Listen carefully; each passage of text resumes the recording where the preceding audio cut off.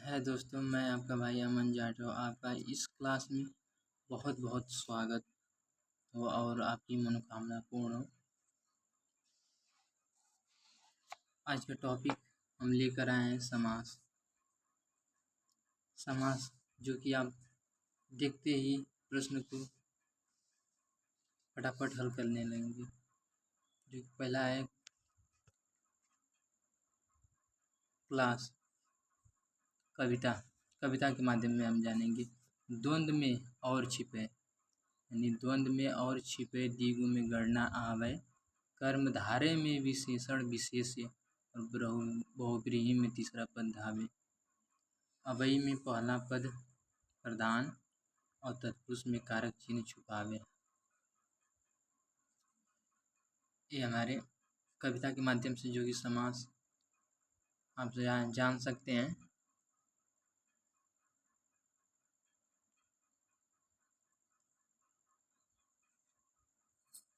पहला है द्वंद्व समास। द्वंद्व समास जहाँ दोनों पद प्रधान हो, बीच में और या योजक चिन्ह आए, उसे हम द्वंद्व समास कहते हैं। उदाहरण के तौर पर जान सकते हैं कि जैसे कि माता और पिता। माता पिता क्या हो जाएगा, उसे विग्रह करने पर माता और पिता हो जाएगा। रात दिन, रात और दिन। उच्च नीच, उच्च और नीच। दूसरा है हमारा द्विगु समास। द्विगु समास। द्विगु समास जिस समास का पहला शब्द कोई संख्या, नंबर, गिनती का जाना भैया, जौने अक्षर का पहला शब्द नंबर और गिनती आवे या समूह या सभा का बात होके ओके हम द्विगु समास कहल जाए। उदाहरण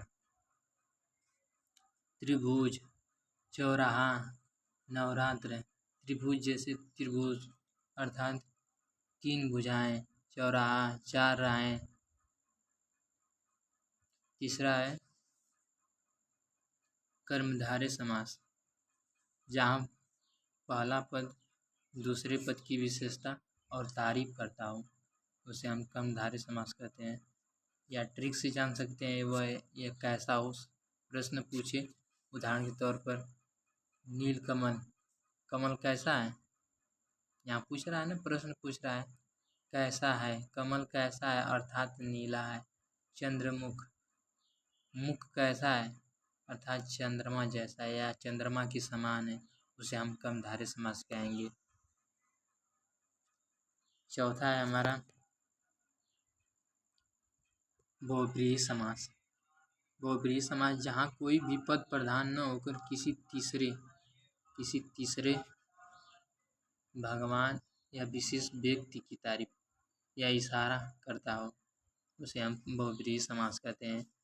उदाहरण जैसे लंबोदर अर्थात लंबा है जिसका उदर, जिसका अर्थात क्या कौन हो जाएंगे, लंबा है उदर जिसका अर्थात गणेश जी। दशानन,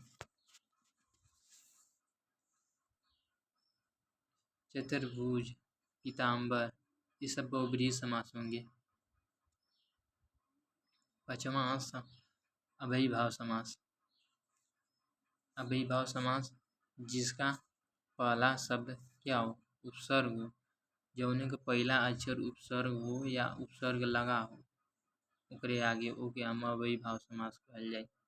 जैसे कि आ, यथा, प्रति, भर, हर, वे, हो या शब्द रिपीट हो,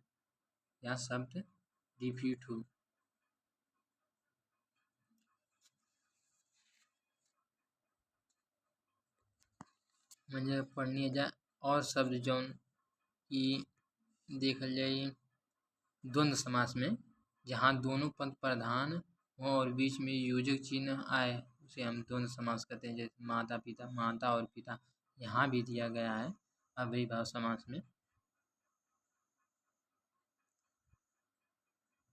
शब्द रिपीट हो,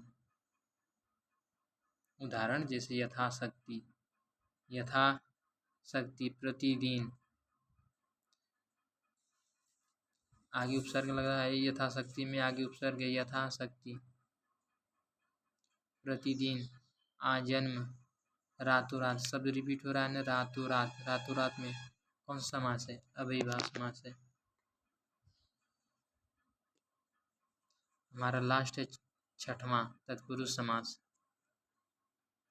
तत्पुरुष समास जिसको तोड़ने या विग्रह करने पर का, की, को, के, लिए, से, मैं, पर आए, जैसे हम कह सकते हैं कारक चिन्ह आए, उसे हम तत्पुरुष समास कहते हैं।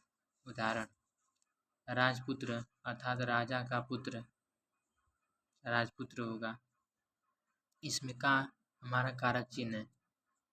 ऋण मुक्त अर्थात ऋण से मुक्त, से हमारा कारक चिन्ह है। रसोई घर अर्थात रसोई के लिए, घर के लिए हमारा कारक चिन्ह है। गंगा जल, गंगा का जल। इसी तरह तत्पुरुष समास को हम पहचानेंगे। और हम कह सकते हैं कि जैसे हम याद करने का ट्रिक बता रहे हैं। समास कितने प्रकार के होते हैं, तो आप कह सकते हैं दादा दादी का बहू आती। दादा अर्थात द्वंद्व समास। दादी, दूसरा दादी द्विगु समास। का कर्मधारय समास। बहु बहुब्रीहि समास।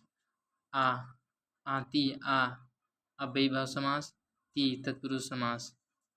इसे हम पहचान सकते हैं कि समास कितने प्रकार के होते हैं। धन्यवाद दोस्तों।